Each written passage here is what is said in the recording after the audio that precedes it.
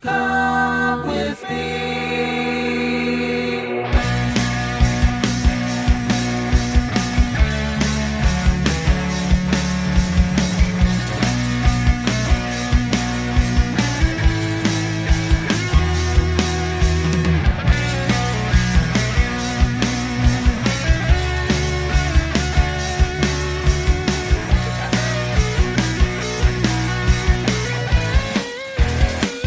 Got something to say, might show about to wait.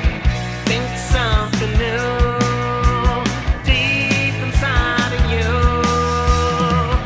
Something on your mind, something you want to find. Another path, another light, a peace in your sight.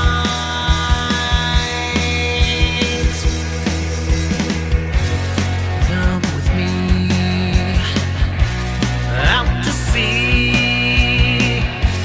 Raise the sail and feel our winds so free. Come with me, we'll plan to save. Take the time and you'll get what you need.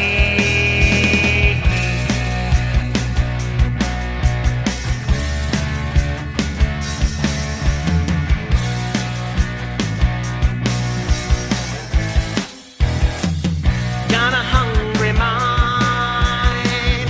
There is lots for us to find. 1,000 steps to take today. The signs point the way. There's a clock in the sky, above, below, by and by. Find the steps into the night. Many points of light.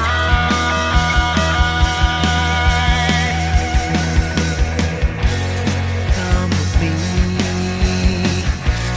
out to sea.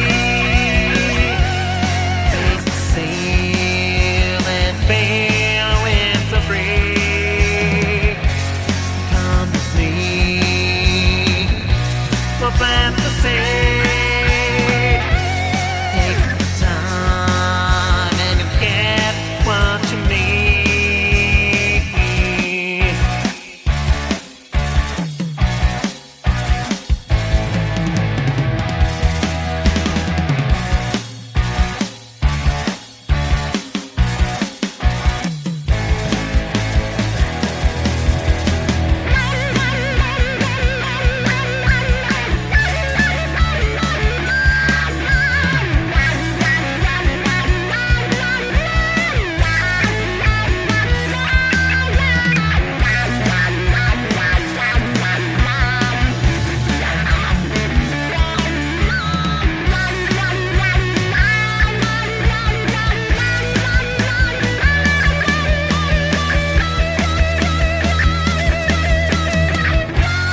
Come with me out to sea. Raise the sail and feel our winds so free. Come with me, we'll plant the seed. Take the time and you'll get what you need. Come with me to see the trace. Pick the fruit and taste history. Come with me, it's what can make. An open mind can drink all the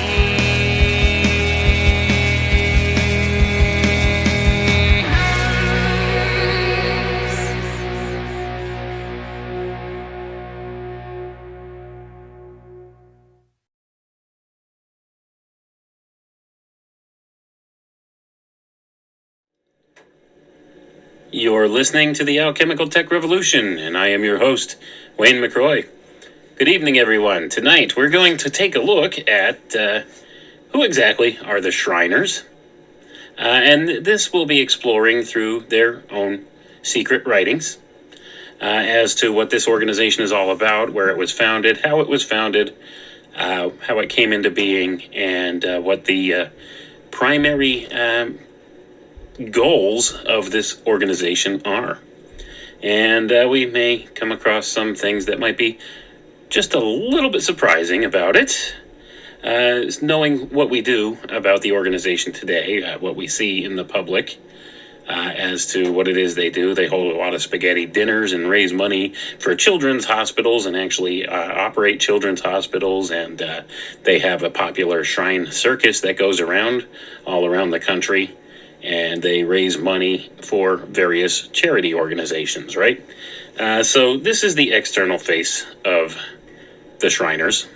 And in order to be a Shriner, you have to be a Freemason, as we'll get into here. And you have to be not just a Freemason, but a highly degreed Freemason to get into this big club. So, that being the case, we're going to take a look at the history of this secret brotherhood, this order.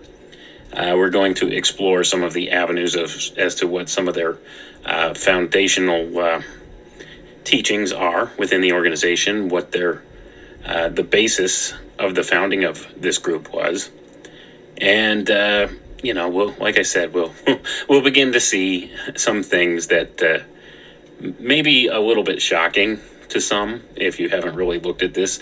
And I'm sure many people out there are probably aware that the Shriners are associated with the Freemasonic organizations. They're associated with Freemasonry, and you have to either be a Freemason or a Knight Templar to actually become a Shriner.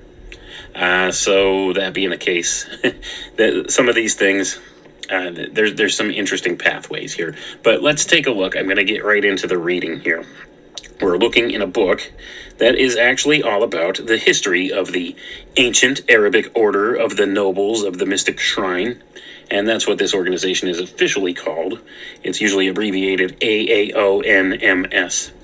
The Ancient Arabic Order of the Nobles of the Mystic Shrine, and they're more commonly known as Shriners. And I'm sure you've seen them in their little parades and stuff, wearing their goofy hats with the tassels on them and stuff. It's called a fez. Sometimes they refer to one of the leaders of one of their lodges as the Grand Poobah, right? So, I'm sure that you've seen some of this, and we might get into a little bit more of that here later, but this book is called Ancient Arabic Order of the Nobles of the Mystic Shrine for North America, The History of the Order. And this was written in 1902 and published in 1903. And we'll get right here into the introduction from the author here of the book. And it says, "To the nobles of the mystic shrine. Believing that every noble of our order would be interested in knowing its origin and history, I have collected from the best and most reliable source as much data on the subject as can be obtained, being indebted to illustrious nobles Dr. Walter M. Fleming, 33rd degree, and William S. Patterson, 33rd degree, for a major portion, commencing from the year of the Hijrah, 25, which would be AD 644, at Mecca, in Arabia, to its introduction into America by illustrious noble William J. Florence, 32nd degree, June 16, 1871. Fraternally yours, noble George L. Root of Mohammed Temple, Peoria, Illinois, June 24th, 1903. Okay, so basically, this guy, he sources in the beginning part of the book here other people's histories of the order. He goes back to what are some older writings that agree upon this, and this one I think is the 13th iteration of the history, and it's the 13th retelling of the history, the 13th generation of it, of the retelling of the history as put down by the gentleman that he'll be quoting from here in the beginning phase. So let's read on. So he has a little dedication here. It says, "To the nobles of Mohammed Temple, this volume is fraternally dedicated by the author." And then there's a letter here, dated March 17th, 1902, and it's addressed to George L. Root. My dear illustrious noble, I am in receipt of yours of the 13th instance relative to using my, quote, history of the shrine, end quote. Personally, I have no objection, especially if for distribution to nobles of the order. I do not think Noble Patterson would object either, if credited to its authors and not used as an advertisement. If the intent is simply to use it as a vehicle to exploit advertisements, it certainly would not be right, and it would be doubtless create trouble through Mecca Temple, New York, and many others who have forbidden such a course many times. But if it be an issue of history and information, with temple list, etc., solely confined to the order proper itself, it is all right. Trusting this reply will be accepted in good faith and not misinterpreted. I am, my dear illustrious noble, courteously yours, Walter M. Fleming, M.D., 33rd degree, Hotel Victoria, New York. So, essentially, what Dr. Fleming, who's one of the ones that's attributed with this writing, along with the other, the Noble mentioned here, Noble Patterson, these two gentlemen were the ones that compiled all the history of the shrine. And they went ahead and gave George L. Root, the author of this book, permission to go ahead and use their writings as long as he attributes it to them, first of all, citing them as the source. They wouldn't mind that. But they also wanted it significantly understood that this does not go outside of this order, okay? This does not leave the temple, so to say. So, that being the case, this is for the eyes of initiates of the Mystic Shrine only. Okay? This is not for any outsiders. It's not for advertising purposes. It's only to convey the history to those members in good standing of the order. So he made that abundantly clear to this gentleman. So now we'll get right into the meat of the matter here. We'll read on about the origins of the order. Origin of the order.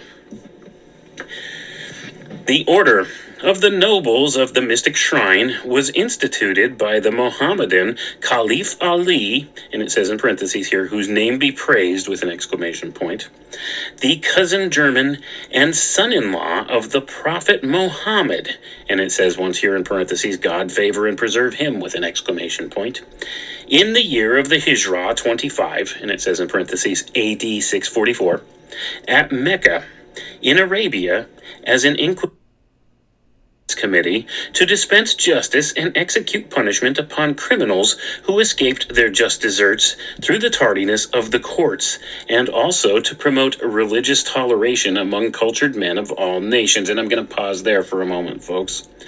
So essentially, the Order of the Nobles of the Mystic Shrine was instituted by Muhammad's son-in-law, right? This gentleman related to Muhammad. And his name was Caliph Ali, and he instituted the Order of the Nobles of the Mystic Shrine in the year 644 in Mecca. And he did this as a response to, basically vigilante justice. That's what the story says here. Because did you listen to what I just said? So essentially, the Order of Shriners was inducted and began. It was founded with the intent that these people would hunt down and kill criminals. It's a vigilante system. And this is why there's so much secrecy involved with this order, first and foremost, because, this is not something that is really that... How do I put this? How do I phrase this exactly without sounding like judgmental here? It's not something that would be really tolerated in the light of day, so to say. But let's read on here and read a little bit more about that, because even though they claim to have good justification here, because they say here these criminals or whatever didn't get to what they deserved because of the tardiness of the courts. So they're blaming the court systems for not being practical enough or pragmatic enough with them. And so that kind of, they, in their view, justifies their actions here as being, dispensing vigilante type justice in their view. Okay. And it also says here that it's also to promote religious toleration among cultured men of all nations. Okay, so that's also one of the things that they say they're fundamentally founded upon. So let's read on. We'll get right to the next sentence here. The original intention was to form a band of men of sterling worth who would, without fear or favor, upon a valid accusation, try, judge, and execute, if need be, within the hour, having taken precautions as to secrecy and security. I'm going to read that again, just so you get an idea what this is about here. The original intention was to form a band of men of sterling worth who would, without fear or favor, upon a valid accusation, try, judge, and execute, if need be, within the hour, having taken precautions as to secrecy and security. They sought people out who they thought behaved immorally and executed them, folks. That's what this order was founded upon. All right? Let's read on here. And they notice here it says, having taken precautions as to secrecy and security, because they know this is not something that would be tolerated in the light of day, right?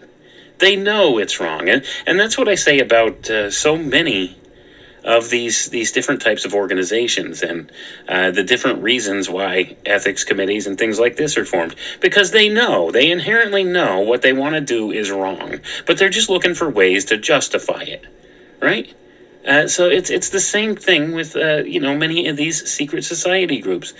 They try to come up with justifications for acting in the ways that they do by keeping the secrecy. Oh, it's justified to keep the secret. You don't want to cast your pearls before swine. Do you see how they operate here? But it's not above board, folks. And that's the bottom line here. It's not above board. Let's read on, though, okay? The nobles perfected their organization and did such prompt and efficient work that they excited alarm and even consternation in the hearts of the evildoers in all countries under the star and crescent. So I'm going to pause there again.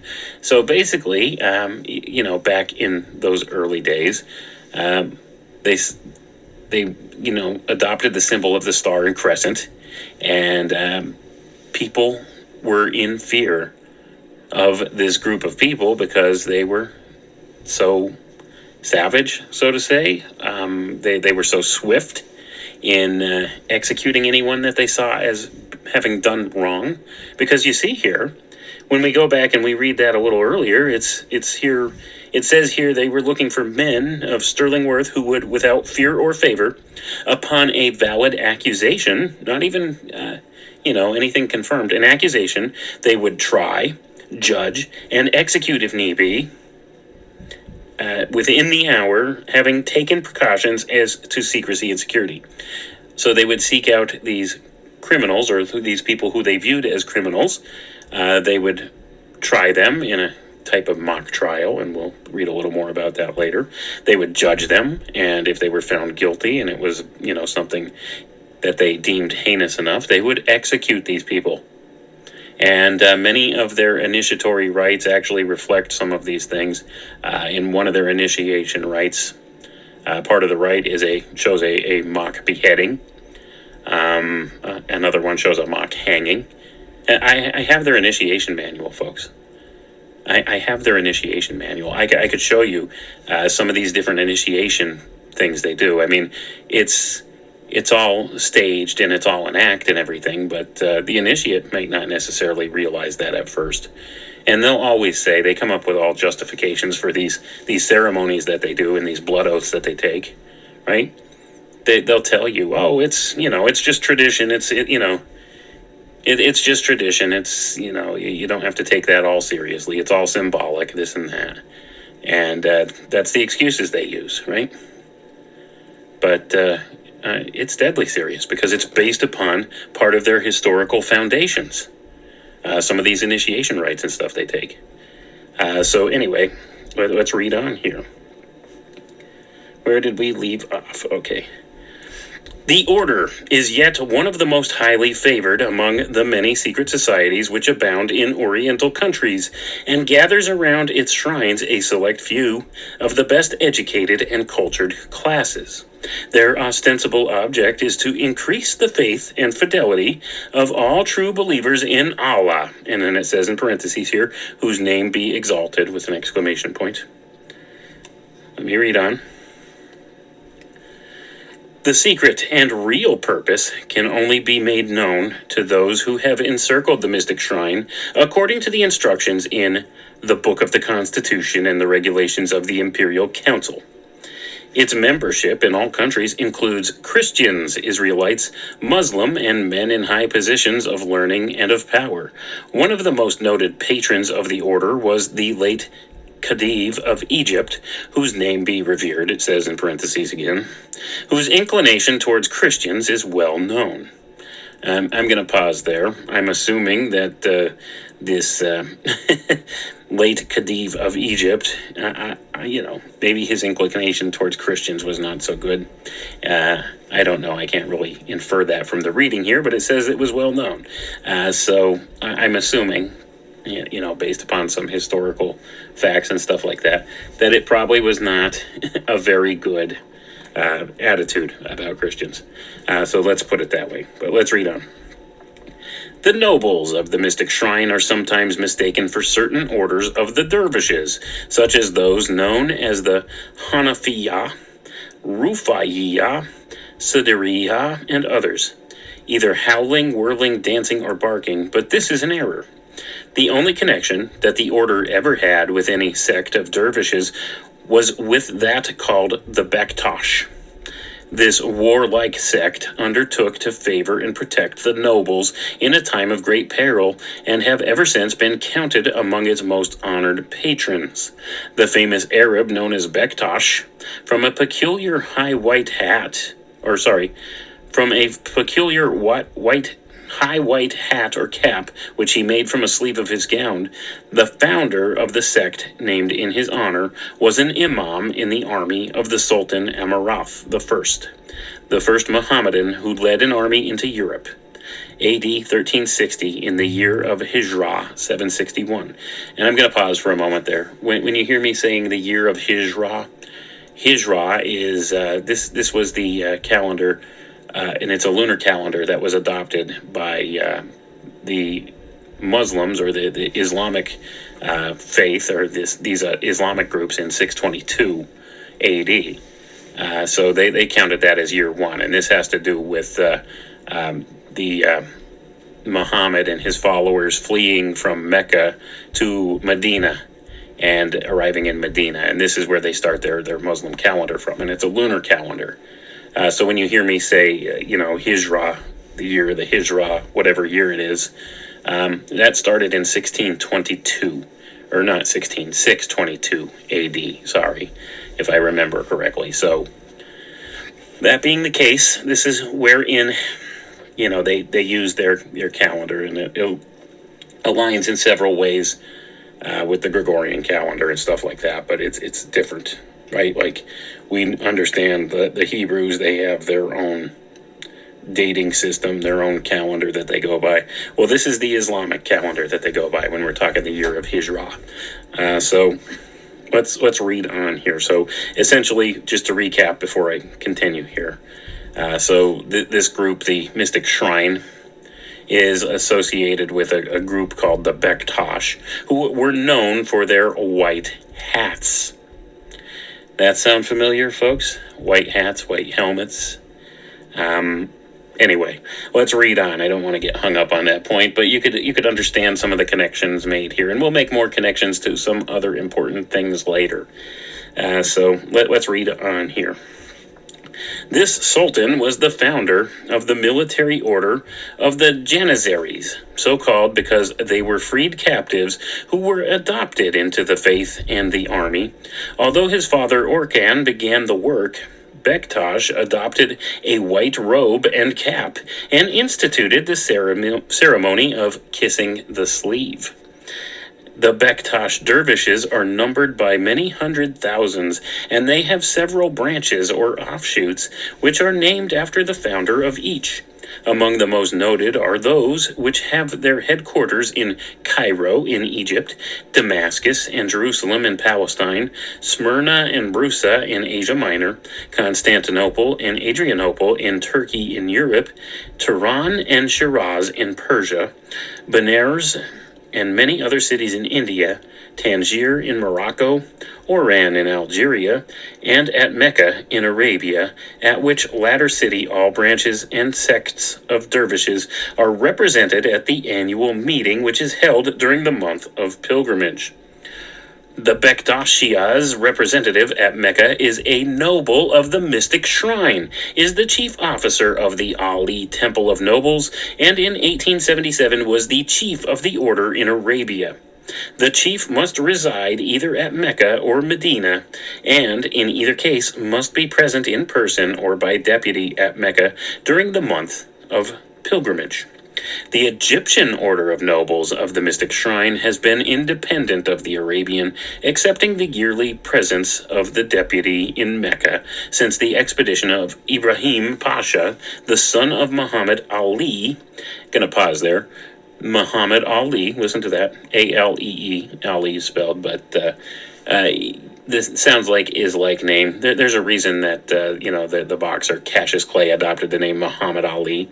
I don't want to get hung up on that point either, but here we go. But so this guy was, since the expedition of Ibrahim Pasha, the son of Muhammad Ali, the great Pasha of Egypt in 1818, when the Wahhabis were conquered. The Wahhabis were a fanatical sect who threatened to override all other power in Arabia. And I'm going to pause there. Have you heard of the Wahhabis, folks? They're still around, right? If you do any, study into the events going on in the Middle East and things that ultimately involve Mossad and various other intelligence agency groups and military actions and various things that go on with perhaps, like, say, some type of terrorist things that happened in the Middle East, you find ties to what they call the Wahhabis in a lot of these circles. So there we go. So this group has some connections to that, but let's read on. The Wahhabis were a fanatical sect who threatened to override all other power in Arabia. Since Ibrahim's conquest, they have continued only as a religious sect, without direct interference with the government, and I'm going to pause there, folks. Nothing could be further from the truth in today's world, right? Anyway, let's read on. They are haters and persecutors of all other sects, and are especially bitter against all dervishes, whom they denounce as heretics and abomination. In this conduct, they violate a strict and oft-repeated saying of the Prophet Muhammad. And then it says in parentheses here again, God favor and protect him, with an exclamation point, which is, and this is, allegedly quoting Muhammad here. Here's the quote. He who casts on a believer the slur of infidelity is himself an infidel, end quote. So you see, here we'll pause for a second there. There's the whole idea of the infidel or infidelity. So basically Muhammad had said that, he who casts on a believer the slur of infidelity is himself an infidel. That's what he said. So basically he's saying that anybody who would call a believer in their religious order an infidel is himself an infidel. I won't get into the whole argument of what exactly they mean by infidel and what kinds of ways they treat infidels in that system, but that's for another day. Something like that, a discussion like that. Not something I wanted to get into here with this, but I just want to point out some of the roots of this organization that has so much power in this world, and a lot of people don't realize it. And a lot of people think, well, these are just, they're good guys. I mean, they built the Shriners built children's hospitals, right? They fund all of these things. They do the circus and, it's all kinds of charity work that they do, right? And on the surface, yeah, there's a lot of that. And that's what it is for, many of the lower tier members of this order. But there are some at the highermost echelons, and we'll get into that later, that lock elbows with others of other groups. So, let's continue on here. All Mohammedans respect everyone who has made a pilgrimage to Mecca and who will repeat the formula of the creed, and I quote here, here's the creed, "There is no deity but Allah," end quote, without reference to what his private belief may be, or they have a maxim, quote, "The interior belongs to God alone," end quote. So essentially what it says here is, as long as you acknowledge Allah as the only God on the surface, they're not going to ask you if you believe that. They just want you to say it, to give the lip service, right? And they won't pry any further.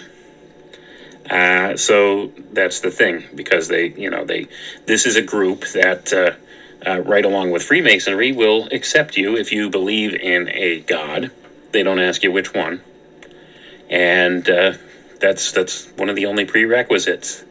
You have to be in good standing and be recommended by another member, right? And as far as the mystic shrine goes, you actually have to be a Freemason of at least the 32nd degree, Scottish Rite, or a Knight Templar, which would involve at least bare minimum 9th degree York Rite of Freemasonry. And that's it. And you can't become a Shriner unless you are one of those. So, anyway, let's read on here. The nobles of the mystic shrine are eminent for their broad and Catholic toleration. So see that? They're patting themselves on the back for being tolerant of Catholics. Okay. I give them credit for that too, but that's beside the point. Anyway, let's read on. The noble who holds to a belief in a supreme or most high is never questioned as to any definition of that belief. The finite cannot define the infinite, although it may be conscious of its existence. So that reinforces the idea. They don't care if you believe in which God you believe in, as long as you believe in a God. But just give lip service to Allah when you're within this order, right? And you don't have to say who you think Allah is. It's just, another name for God, right? So this is how they believe. They're not going to pry any further than that. As long as you give lip service and you believe in a God, that's all they care about. So let's continue on. The character of the order, as it appears to the uninitiated, is that of a politico-religious society. It is really more than such a society could be, and there are hidden meanings in its simplest symbols that take hold on the profoundest depths of the heart. We may illustrate by an example. There are rays of light about the Sphinx and pyramid. Each ray is numbered and has its appropriate signification. In general, In general, light is the symbol of intelligence. You hear that? I'm going to pause for a second. Here we go. Light, the symbol of intelligence. And with these people, it's always about light. Well, what is light represented by? What archetypal entity, so to say, represents light? Well, Lucifer, right? So, light, they equate this to intelligence. And once again, this falls back to the Promethean idea, right? That man was held prisoner in the Garden of Eden, and Lucifer set man free with the gift of intellect, right?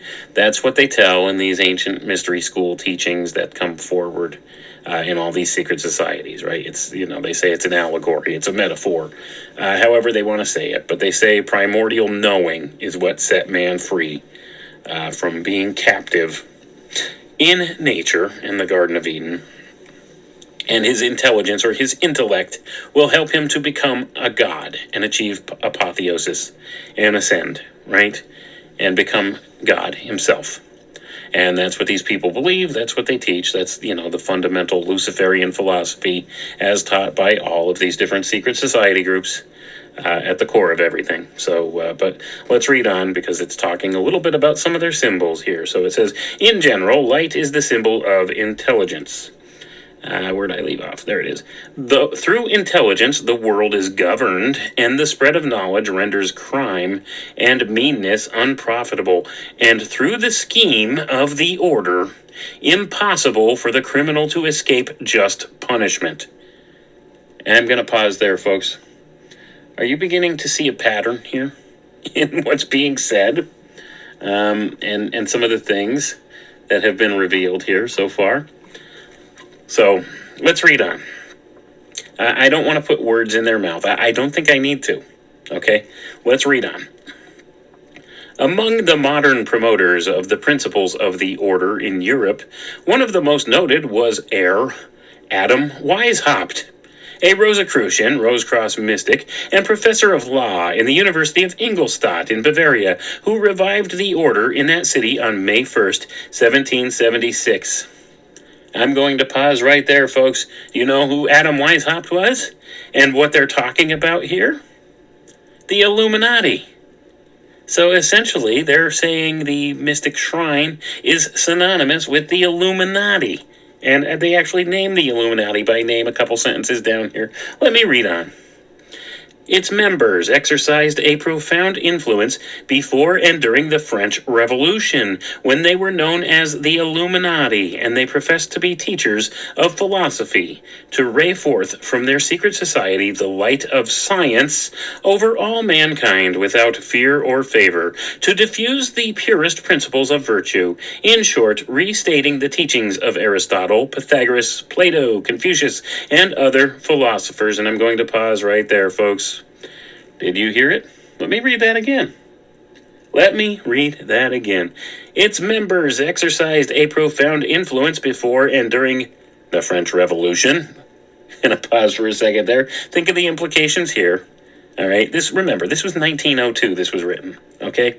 1902. They understood full well the Illuminati had influence within the French Revolution and were responsible for much of the violence inherent in the French Revolution. Even back then, within these secret society groups, okay? You won't find that in any mainstream history book anywhere, though. They knew. They still know. They've always known. But see, the thing is, the Illuminati, that's part of their group.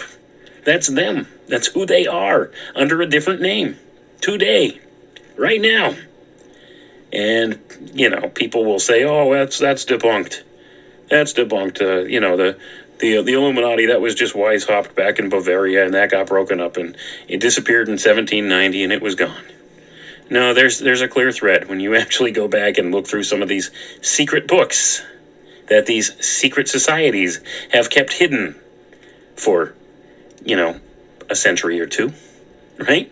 Or for many, many decades.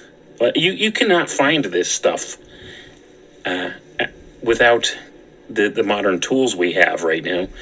Having everything become digitized and put on the internet has been one of the most marvelous things that could happen with information, but it's also one of the most dangerous things that could happen with information, right? We have access to this stuff, whereas if you go back 30 years, you could not find this stuff. You would have to, go rooting through some old dusty Masonic library and go to the back section of the library and dig on the bottom shelf to find a book like this. And, even then you would have to go through the boring, dry reading of many of these things. So that being the case, many people did not undertake that kind of a stance 30 years ago. But now this stuff researching's a lot easier these days with modern tools. And that's why these modern technologies are both a blessing and a curse at the same time. Because we see how they're being used. I mean, they're a tool like anything else. They could be used for good or bad. I like to use them for good. I like to use them to dig out some of these secrets. And we've only just, scratched the surface here, folks. Let's read on here. So where did we leave off? Okay. From the Central Society at Ingolstadt, branches spread out through all Europe.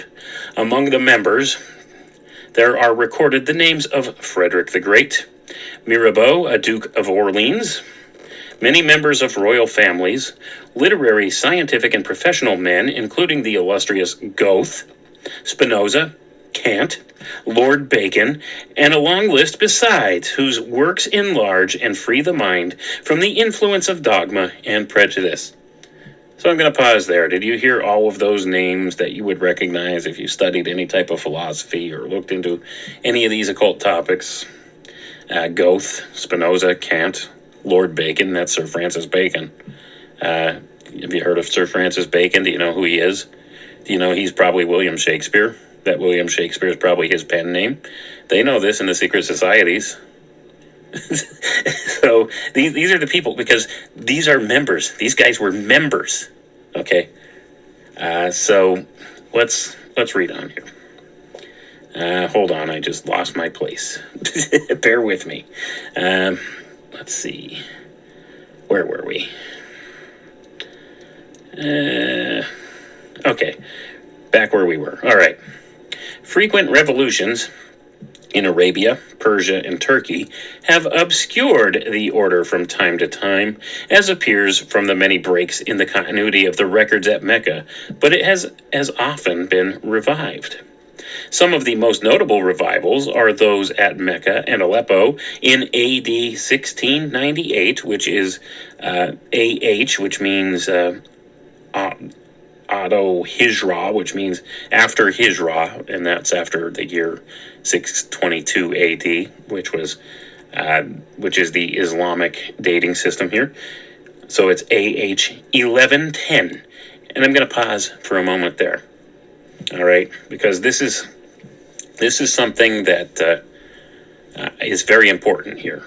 Okay, so in the year 1698 AD, which is the year of Hijra, 1110, there was a large revival of the mystics, the nobles of the mystic shrine, right, of this group that had disappeared and gone underground and disappeared from the radar for quite a while.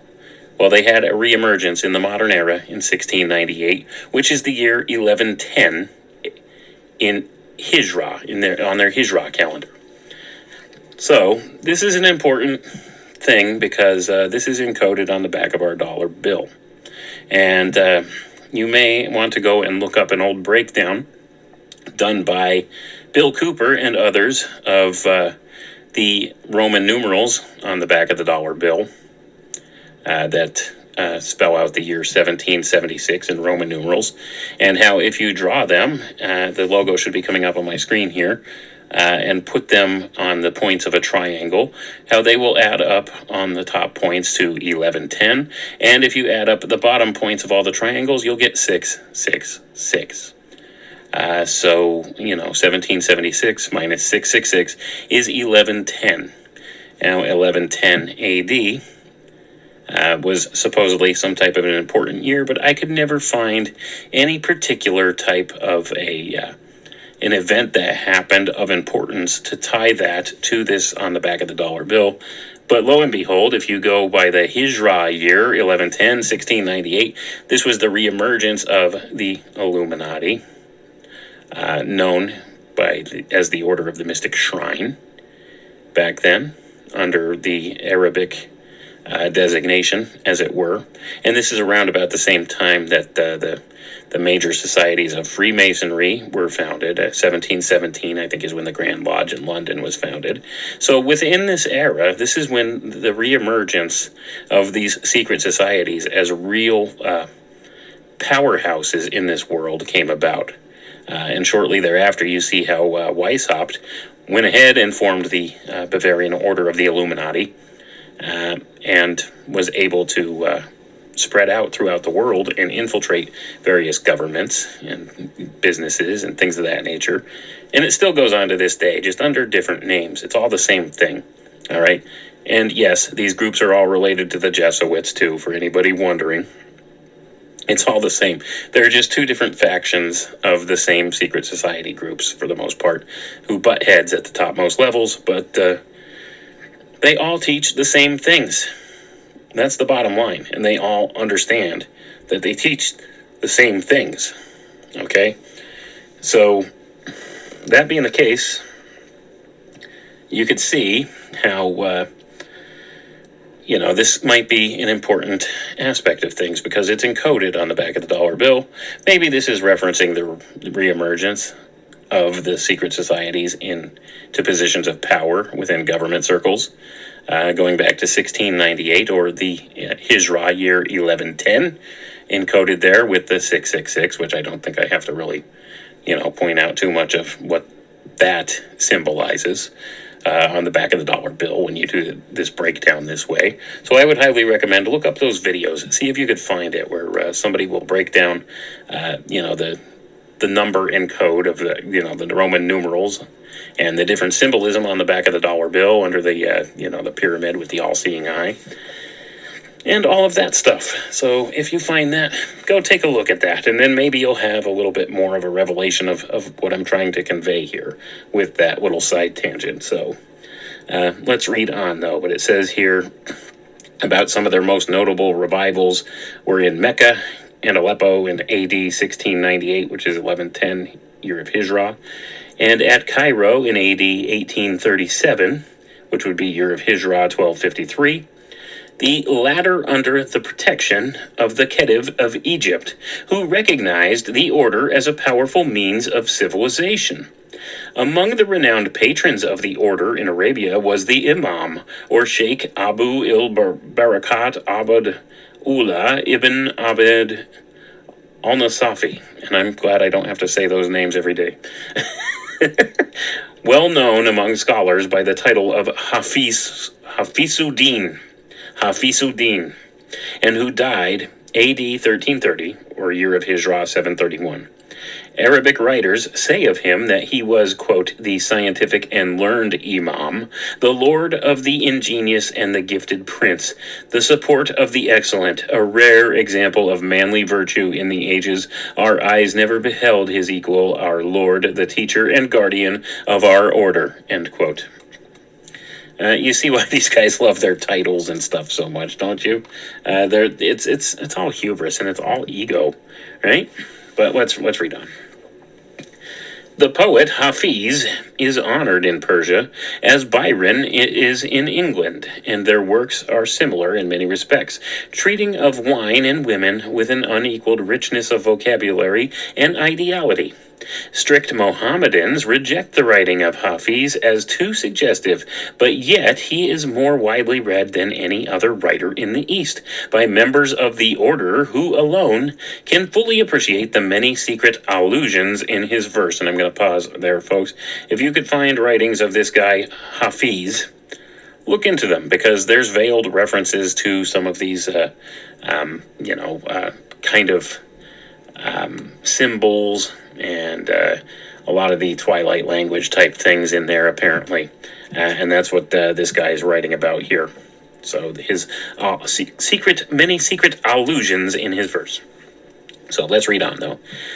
In the year AD 804, during a warlike expedition against the Byzantine Emperor Nicephorus, the most famous Arabian caliph, Harun al-Rashid, deputed a renowned scholar, Abd el-Qadir el-Baghdadi, to proceed to Aleppo, Syria, and found a college there for the propagation of the religion of the Prophet Muhammad. And then it says in parentheses here, once again, God favor and preserve him, with an exclamation point. The work and college arose, and the order of nobles was revived there as a part of the means of civilization. I'm going to read that last sentence again so you understand what it is they're trying to do here. Okay? It's all about infiltrating all of society and taking positions of power in different places. All right? So let's read that again. The work and college arose, and the order of nobles was revived there as a part. Hold on, where does it go? Here it is. As a part of the means of civilization. So their intention here is to infiltrate control structures in this world, right? Steer the masses. Social engineering. So it's basically saying their goal is social engineering in modern parlance. Let's read on. Nearly 3 centuries after the death of the great Caliph and patron of learning, the Order of Nobles was revived at Baghdad by Abd el-Qadir Gilani, a noted Persian, an eminent doctor of the Sufi sect. And this was year of Hijrah 555, or AD 1160.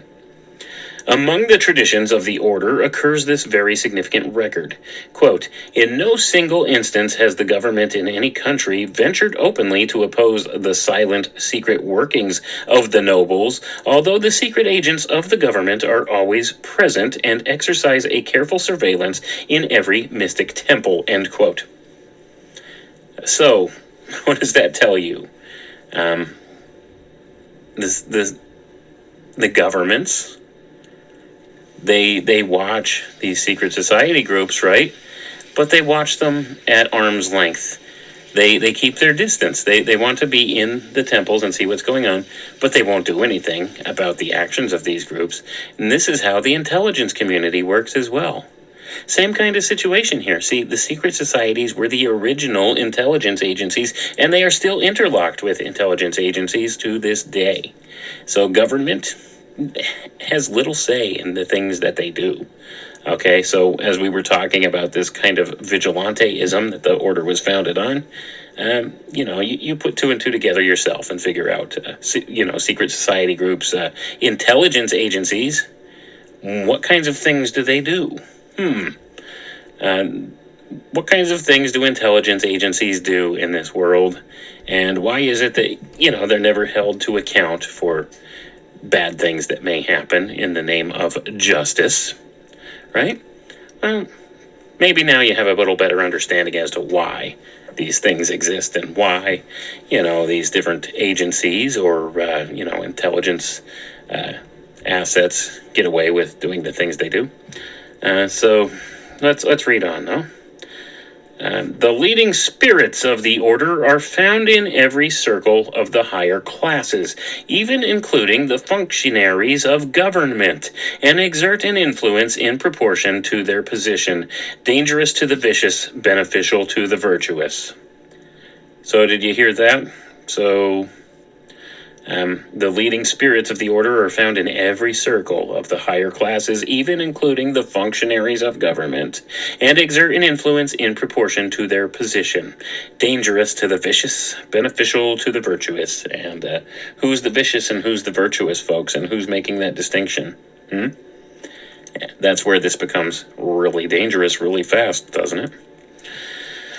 The Order of Nobles of the Mystic Shrine in America does not advocate Mohammedanism as a sect, but inculcates the same respect to deity here as in Arabia and elsewhere, and hence the secret of its profound grasp on the intellect and heart of all cultured people. So, essentially what they're saying is they don't care if you're Muslim or not, you could still join this group. They're not going to ask. They just want you to give lip service to Allah. And as long as, you keep that secret to yourself as to who your God is, or if you have one, they're good with that. They're not going to pry. They just want you to make lip service. Okay? Keeping up appearances, folks. That's what it's about, right? Same thing with the external functions of this secret society group. Keeping up appearances. Let's read on here. The ritual now in use is a translation from the original Arabic, found preserved in the archives of the order at Aleppo, Syria, when it was brought in 1860 to London, England, by Rizik Allah Hassoun Effendi, who was the author of several important works in Arabic, one of which was a metrical version of the Book of Job. His History of Islam offended the Turkish government because of its humanitarian principles, and he was forced to leave his native country. He was a ripe scholar in Arabic poetry and the general literature of the age, and his improvements in the direction of certain parts of the ritual of the shrine are of great beauty and value. In the year 1698, going to pause there again, remember 1698, that's the year 1110, right? According to the Islamic calendar that they follow. Yisra, right? Is that how it's pronounced? Let's read on. In the year 1698, the learned Orientalist Luigi Maracci, who was then just completing his great works, the Quran in Latin and Arabic with notes, and the Bible in Arabic, at Padua in Italy, was initiated into our order of nobles and found time to translate the ritual into Italian.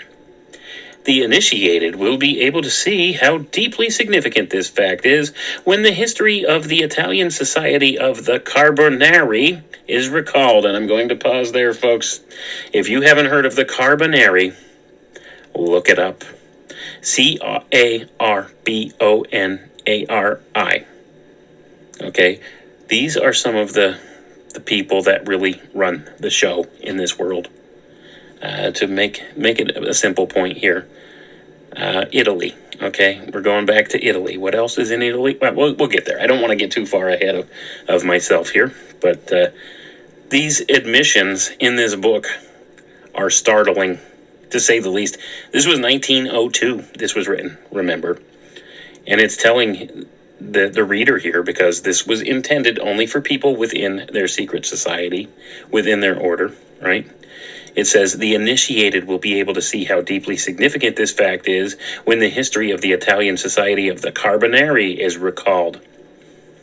They know, folks. They've always known. They still know. Okay? They know.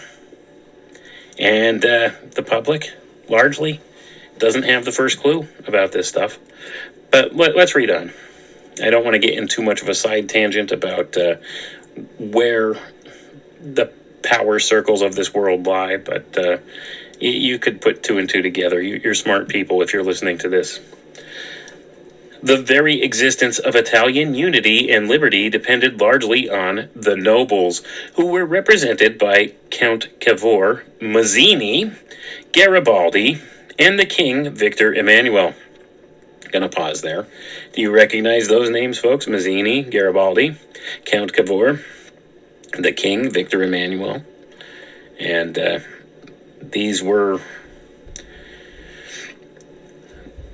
represented. They represented the nobles of the shrine. So these people were members in good standing. You see? Although Maracci was confessor to His Holiness Pope Innocent XI for several years, yet he was censured by the College of the Propaganda at Rome. Going to pause there. You ever hear of P2 in Rome? Propaganda Dui? This all has some very nefarious ties, folks. P2 and all of that. This has ties to the mafia, the mob, the intelligence community. Like all the connections are endless here, okay? Let's put it that way. But this group is central to all of that, just so you understand. All right, let's read on. Again, I don't want to get hung up on these points, but like I said, you folks, if you're listening to this, you're smart people. You could put two and two together, connect the dots, do your own research, have a better understanding of this stuff. So let's read on, though. It says here, where did I leave off? Although Maracci was confessor to His Holiness Pope Innocent XI for several years, yet he was censured by the College of the Propaganda at Rome for having aided and abetted the work of a secret society, and the book was condemned to be burnt. A few copies were saved, and one is still preserved in the library of the synagogue, which stands just inside the ancient Roman gate of the city of Babylon, called by the Arabs Fostat, in the Middle Ages, and now known as Old Cairo.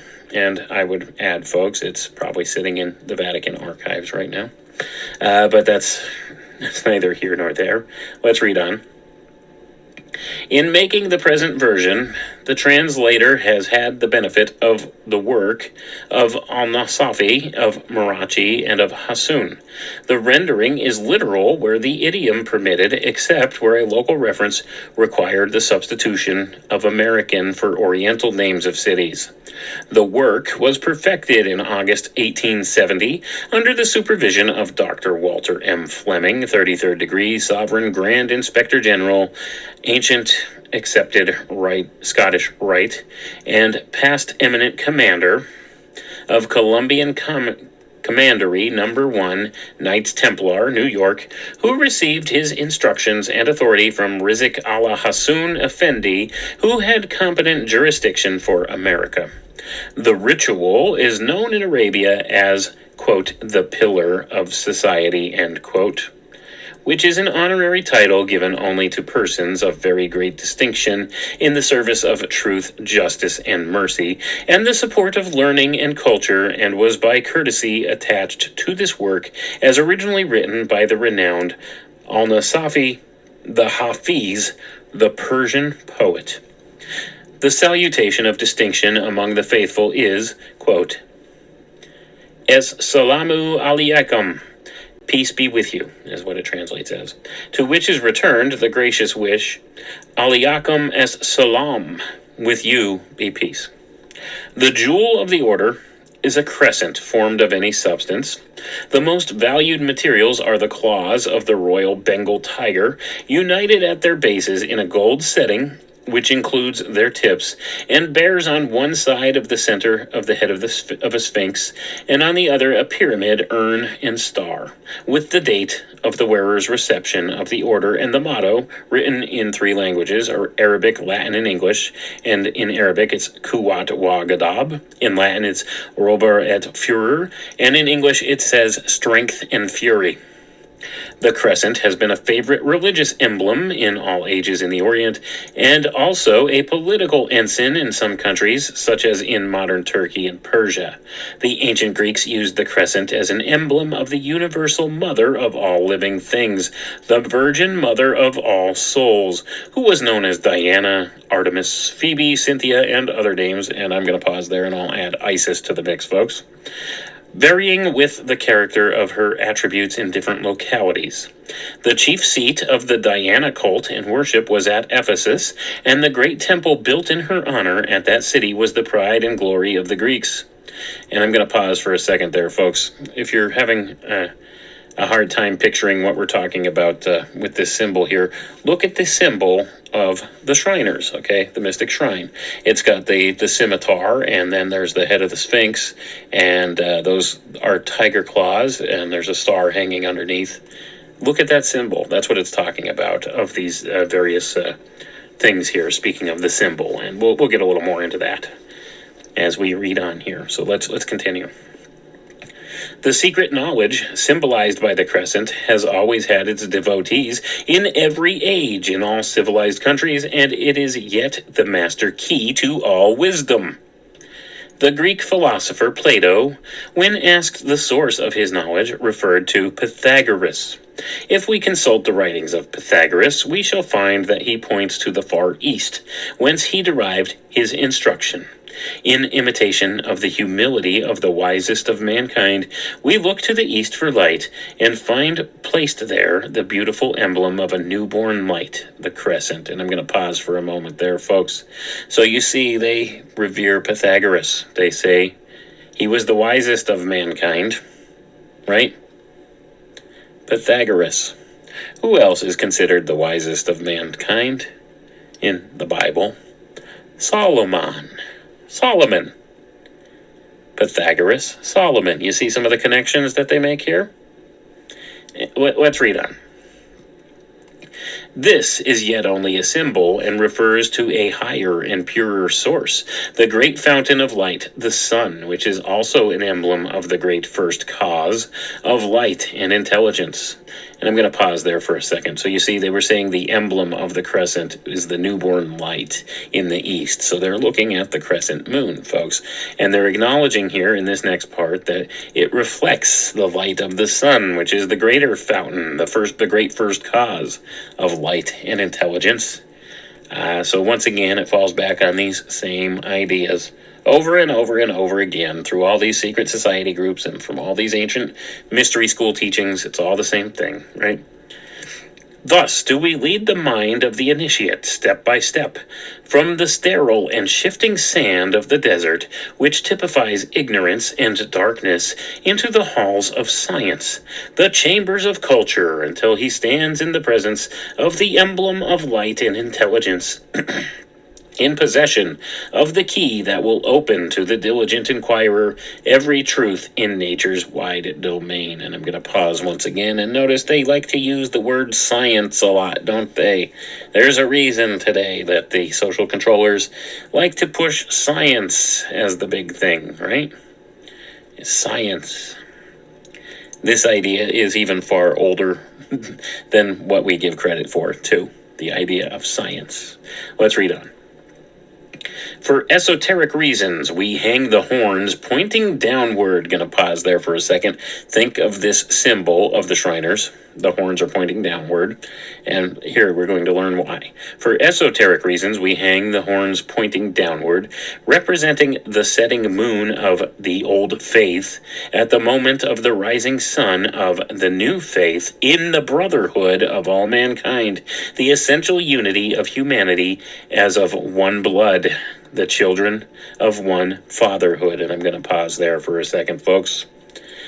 Think about that for a minute. I'm going to reread that whole sentence there and ponder upon that and maybe do your own reflections into that sentence and see exactly what's being told to you here. For esoteric reasons, we hang the horns pointing downward, representing the setting moon of the old faith at the moment of the rising sun of the new faith in the brotherhood of all mankind, the essential unity of humanity as of one blood, the children of one fatherhood. All right, use a little imagination there, folks, and it doesn't take much imagination. This is about communitarianism, isn't it? It's all about the greater good, one mind, one hive mind. See how all these things always tie together intrinsically into the transhumanist notion of the future? Let's read on. This use of the crescent is not to be confounded with that made in the Order of the Crescent, which was established by Sultan Selim III soon after his ascension in 1789, and which is conferred on Christians chiefly for eminent merit or services to the Turkish government. So they're telling you here, don't confuse the nobles of the mystic shrine with this other group, this Order of the Crescent, because they use some of the same symbols within this order, and they use a lot of the same symbols throughout all of these different secret orders, don't they? These secret society groups. But let's read on. The Turkish military order, called the Order of the Majidi, also uses the crescent, not simply but combined with a sun and 7 triple rays, and was instituted in August 1852. The constitutional authority for promulgating the principles and practice of the order was confided to Dr. Walter M. Fleming, 33rd degree, and his associates William J. Florence, 32nd degree, Edward Eddy, 33rd degree, John W. Simons, 33rd degree, Sherwood C. Campbell, 32nd degree, Oswald Merle D'Albin, 32nd degree, James S. Chappell, 32nd degree, John A. Monroe, 32nd degree. The last 7, it says here in parentheses, the last 7 have since entered the unseen temple. It means they passed away, folks. Charles T. McClenachan, 33rd degree. Albert P. Moriarty, 33rd degree. Daniel Sickles, 33rd degree. George W. Miller, 33rd degree. And William S. Patterson, 33rd degree, together with Albert L. Rawson, 32nd degree, the Arabic translator, all prominent ancient accepted Scottish Rite Masons and Knights Templar of New York, New York, who instituted the first temple of the order in that city under the title of Mecca Temple, Nobles of the Mystic Shrine, on September 26th, 1872. So, going to pause there. So this is about the founding of the shrine, the Shriners, the Brotherhood, these nobles of the Mystic Shrine here in America. It came here in 1872, folks. September 26th, 1872 is when it was founded here. Illustrious Walter M. Fleming, 33rd degree, was chosen its presiding officer, who is called the Sheikh, or the Ancient, and also the illustrious potentate. He is known in the Persian temples as the Sheikh Ali, that is to say, the Supreme Sheikh. Illustrious William S. Patterson, 33rd degree, was elected the Recorder. On June 6, 1876, the Imperial Council for North America was formed, and the first officers were elected, as in Arabia, for the term of 3 years. Illustrious Walter M. Fleming became Imperial Potentate, and illustrious W.S. Patterson Imperial Recorder. For particulars, it says, see the Constitution of the Imperial Council and the annual proceedings. The prerequisite for membership in Europe, Asia, Africa, and America is the 32nd degree of the accepted ancient Scottish Rite, 18th degree in England, or a Knight Templar in good standing. The generous proposition to make the Order of Nobles an organization for the exercise of charity, the improvement of the mind, and an ally of the fraternity of Freemasonry in the United States was primarily adopted by the Imperial Council. Subordinate temples have been chartered in nearly every state of the Union by dispensation or in other constitutional manner under authority of the Imperial Council. And we're going to pause there for a moment, folks. Now, as you go further through this book, there's all kinds of interesting artwork loaded with symbolism in this book. And we're going to go into just a little bit further here. That was the first section of the book. There's others here. The next section is called Legends of the Mystic Shrine, and we might go a little bit into that because, as I recall, I think there's some important things that are stated here. And, you know, what we're going to wrap it up pretty soon now. I think after we get through this section, we'll call it a day, all right? Because you get the idea. I think you understand what it's about. This will actually flesh out a little bit more what this order was founded on and why. So, you know, we could understand a little more about some of the belief systems here, about what's been done, what the foundational principles of this order were, and various things like that. So let's read on, and then we'll leave it there for tonight because, you know, I think you get the idea here. I think, you know, I've connected some dots for people. I hope I have. I hope you're connecting the dots now, and I hope you have a little bit better insight as to who the Shriners are. Okay? You know, the ones that dress up as clowns at the circus. Is there a reason that clowns creep people out? I don't know, man. Maybe, and this might be one of the reasons. But let's read on. Legends of the Mystic Shrine. According to the ancient ritualistic provisions in the shrine's history, it was evidently established as a politico-religious order and destined to become a formidable Oriental power, its mission being to aid the distressed, comfort the afflicted, protect the innocent, harmonize rank and station, overthrow fanaticism, obliterate intolerance, bring the guilty to justice, and perpetuate the welfare of mankind. And I'm going to pause there for a moment, folks. Okay, some of those ideals sound pretty lofty, don't they? Things like, comfort the afflicted, aid the distressed, protect the innocent. But then you get into these other ones. Ready? I'll read these ones again that don't maybe sound so necessarily as nice. Let's see. Where were they? Oh, harmonize rank and station. So they're all about order out of chaos, right? Overthrow fanaticism. Please define fanaticism, and who makes that definition? Are you wacky conspiracy theorists out there? Are you fanatics? You have to keep this stuff in mind, folks, because, yeah. Anyway, let's see what else. Obliterate intolerance. Well, that leaves a lot of people in trouble, doesn't it? Because, there's a lot of people out there that don't necessarily support some of the movements going on in society right now. All this push for transgender nonsense and social justice warrior nonsense and all of these other things. Well, you're just a bigot, aren't you, if you don't support that kind of thing? They need to obliterate intolerance, folks. So are you intolerant? Do you not tolerate this stuff? Let's read on. Bring the guilty to justice. Well, who's the guilty? And what is justice? Like, these are the questions, and these are the things that need to be strictly defined here by these people, if that's what they're pushing. So, that being the case, some of these ideas have some loaded consequences to them, let's put it that way. And perpetuate the welfare of mankind. The welfare of mankind, it's for the good of the masses. See, put on your mask, go get your vaccine, right? It's for the common good, it's for the greater good. It's for the perpetuating of the welfare of mankind. Do you see how this all ties together, how these things all work together? Let's read on, though. Thus, they become... Sorry, lost my place here. That's the only problem with a digital reader. Sometimes the screen goes a little wonky, and you have a hard time keeping your place there.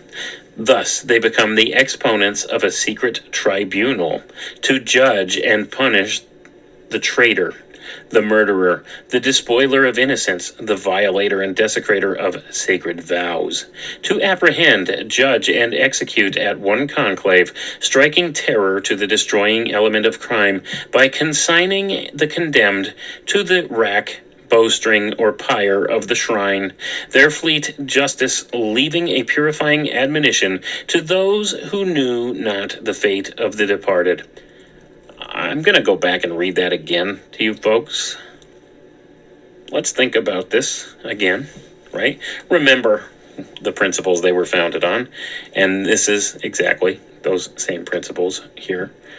Thus, they become the exponents of a secret tribunal to judge and punish the traitor, the murderer, the despoiler of innocence, the violator and desecrator of sacred vows, to apprehend, judge, and execute at one conclave, striking terror to the destroying element of crime by consigning the condemned to the rack, bowstring, or pyre of the shrine, their fleet justice leaving a purifying admonition to those who knew not the fate of the departed.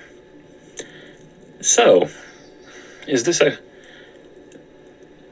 is one of the oaths, as far as I could tell, that they take. And these people in these secret society groups, they take blood oaths, not to betray the secrets of the society, and to carry out the orders given to them within the society and to support one another, right? Well, it's saying here this group, their whole purpose is to, at a moment's notice, form a secret tribunal to judge and punish these people who've committed crimes, this vigilanteism of sorts. So let's read on here, okay? It gets a little more interesting here. Let's keep going. The legendary history of the Oriental Shrine, and that's the title of a book, thus depicts one phase of the secret tribunal. And it says here, quote, "The grave, stern, and masked tribunal sits in solemn council. Their terrible meditations and intent none could penetrate. Their purpose was as undecipherable as their identity." I'm going to pause there, folks. Okay, this is a quote from that book, okay, about the legendary history of the Oriental Shrine, and it's talking about these secret tribunals, okay? Let's listen again. Quote, "The grave, stern, and masked tribunal sits in solemn council. Their terrible meditations and intent none could penetrate. Their purpose was as undecipherable as their identity." So these people, they have no accountability. They keep their identities secret. They wear masks, okay? Let's read on. "The culprit, defiant of their secret power, when loosed from his hempen thongs, appears arraigned for judgment and stands before the piercing gaze of the tribunal, with its all-powerful Council of 13. doggedly sullen and undismayed by the array of block, bowstring, rack, and blazing crucibles. Gonna pause for a second there, folks. Did you catch that? First of all, there's the Council of 13. Council of 13, this is their secret tribunal, right? The unidentified men, the secret, this tribunal, okay? The 13 unknown supervisors, have you heard that before? Let's read on, though, but it says here, more about that. They talk about the array of the block, the bowstring, the rack, and blazing crucibles. Where else have we seen blazing crucibles, folks? There's a certain group that was funded by, Albert Pike. That's a kind of the same type of a secret society as Freemasonry, and it's called the KKK, and they burn crosses, don't they? Same type of thing going on. Let's read on. If guilty, he neither seeks nor expects mercy, knowing that mercy for the impious prevails not here. Their cause is justice. The palpable proofs of guilt being sure, the result is as immutable as God's decree. But still does he his innocence protest. The frowning council grant one last privilege, a final proof to justify his plea by his Muslim faith.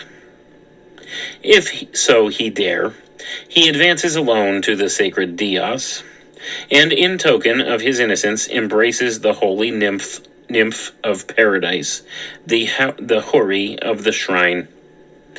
With joyous pace the victim hastens to the colossal statue, wherein marvelous grandeur, by crafty hand beauteously carved in stone, with outstretched arms and saintly face, sweet with calm serenity, she stands, seeming even to pity from her throne. The mystic form he scarce embraces, when, quick as transit of a meteor, he finds his frail body wrapped as in a vice. Those horrid arms, with keen and triple-edged blades, nail him, powerless and quivering, to her lance-clad breast, with deadly and unerring power, until crushed, carved, and gory, the expiring form is rent asunder.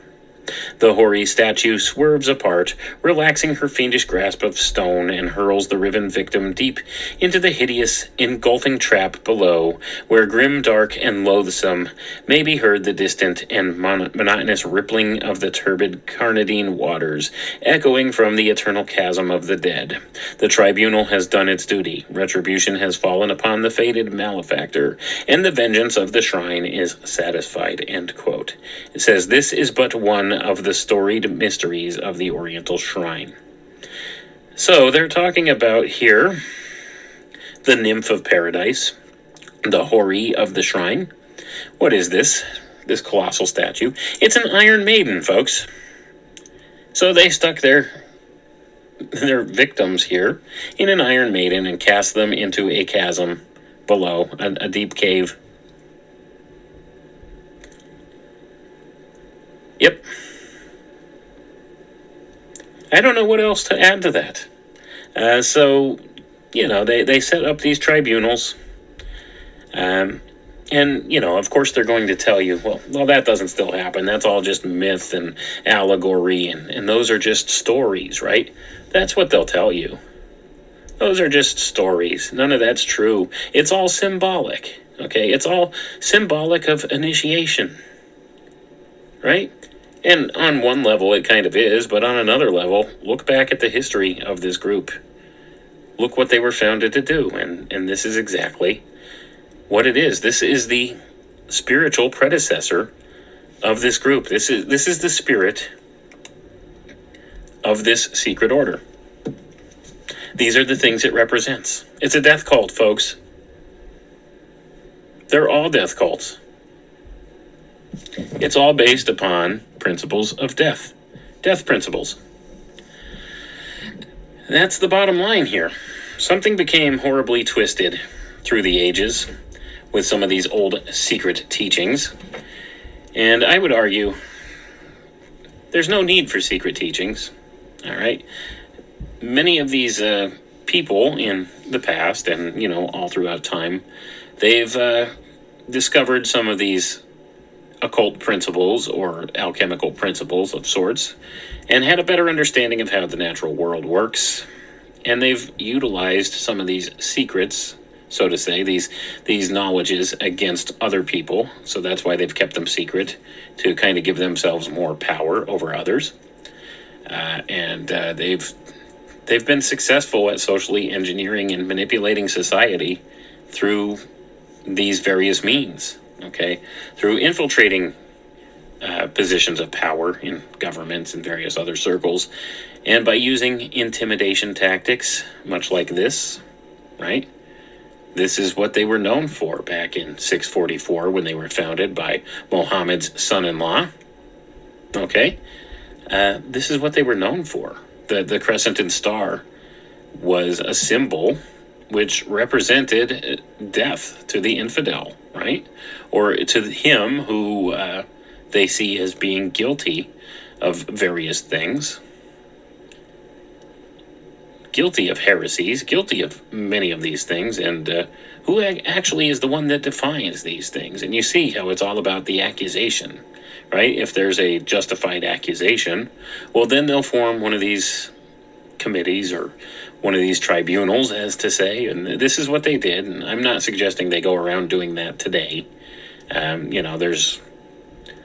There's no observable evidence of that, right? I'm not saying this is something that your average local Shriner does. This kind of stuff doesn't necessarily happen on an everyday basis at all levels of, the mystic shrine, right? But these are the foundations that this secret order was built upon. So these are the spiritual foundations upon which it's built. This is dark, okay? When it comes down to it, many of these things are dark and twisted.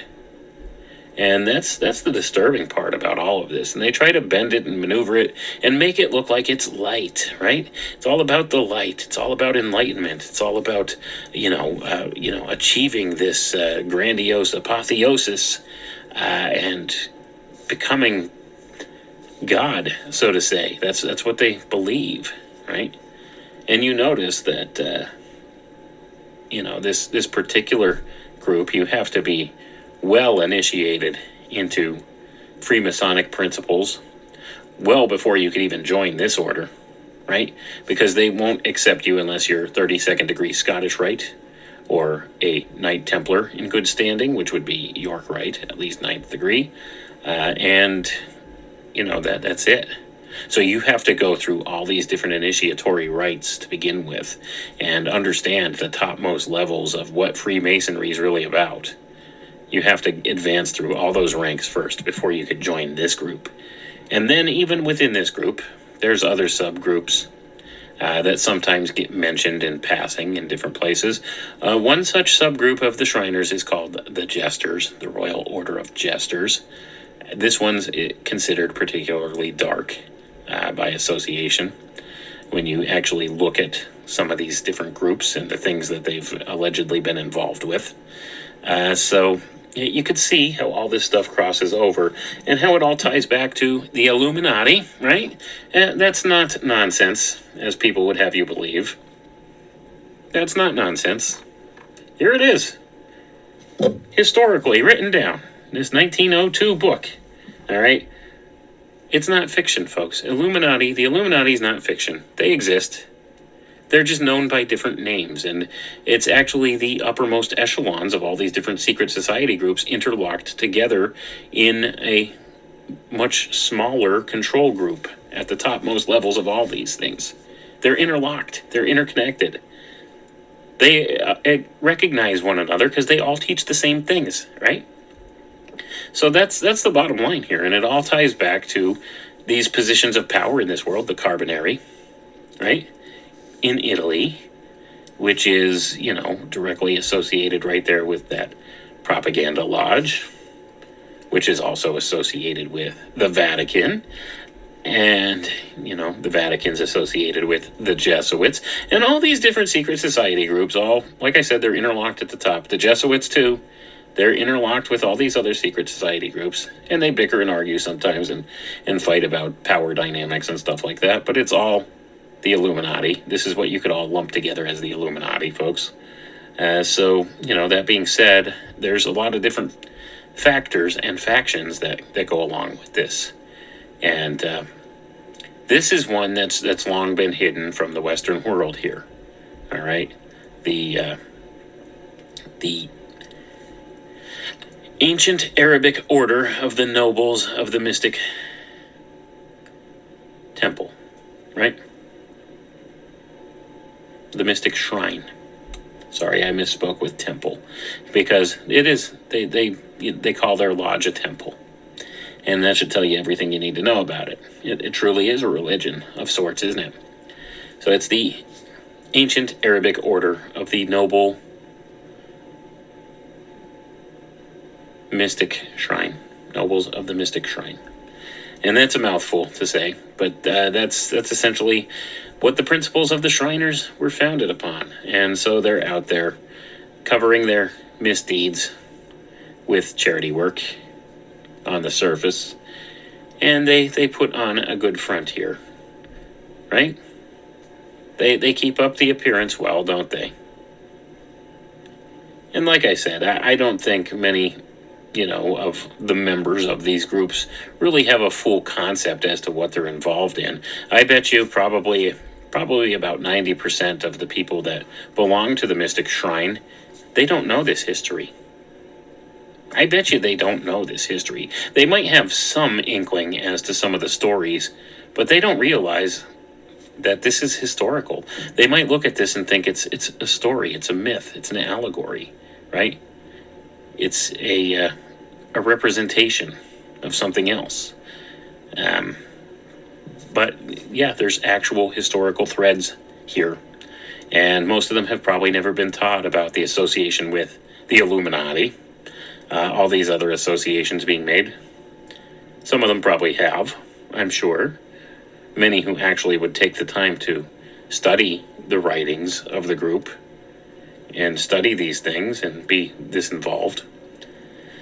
So it's something that's concerning, and I don't think like all the people involved are necessarily bad. I'm sure they have good intentions, but they've taken so many blood oaths at this point when they've joined one of these secret society groups that they're compromised, and they'll do what they're told because they don't want to wind up in the situation that was described at the end there, do they?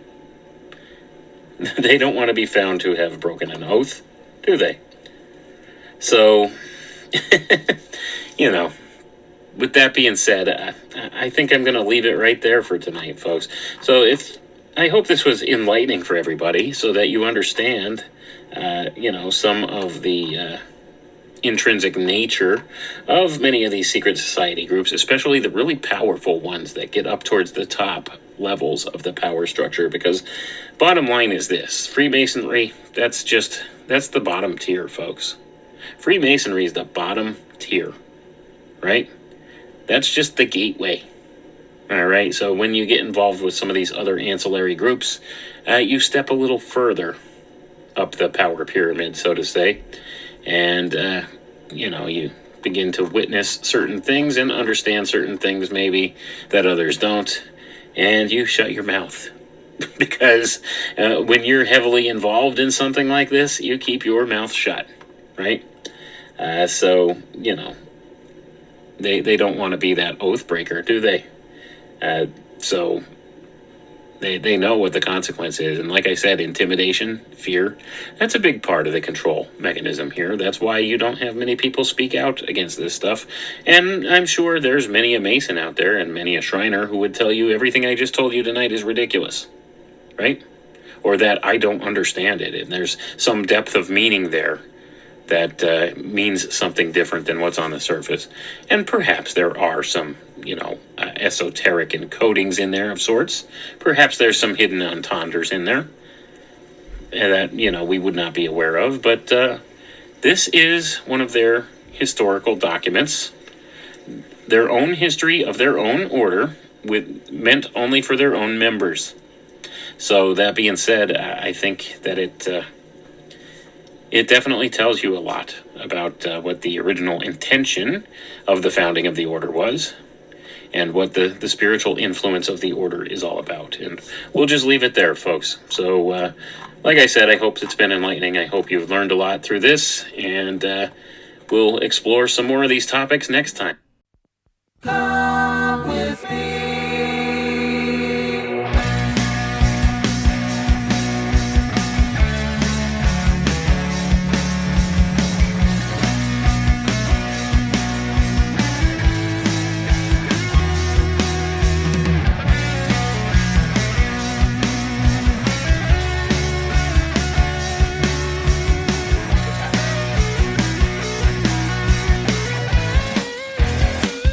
Got something to say. Might show about to wait. Think something new deep inside of you. Something on your mind. Something you want to find. Another path, another light. A peace in your sight.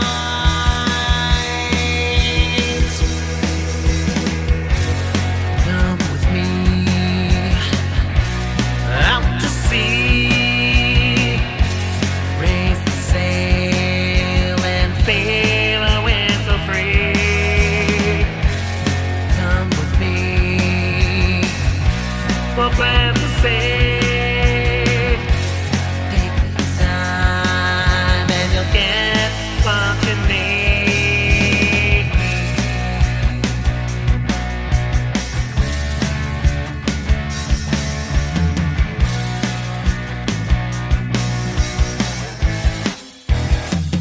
Got a hungry mind.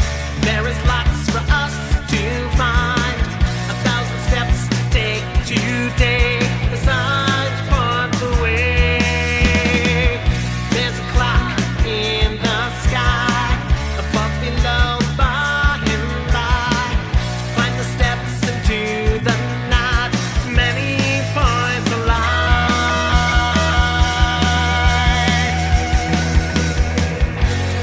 Come with me out to sea. Face the sail and fail with the free. Come with me. We'll plant the seed. Take the time and you'll get what you need.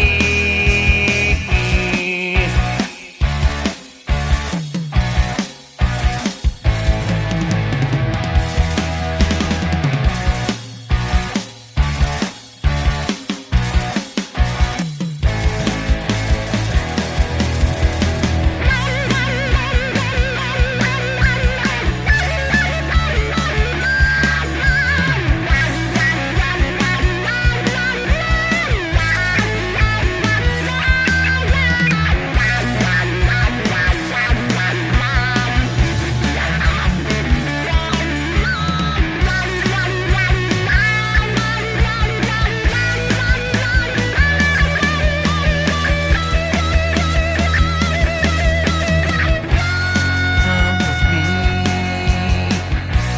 out to sea. Raise the sail and sail with the free. Come with me. We'll plant the seed. Take the time and you'll get what you need. Come with me to see the trace. Pick the fruit and taste history. Come with me. It's what can make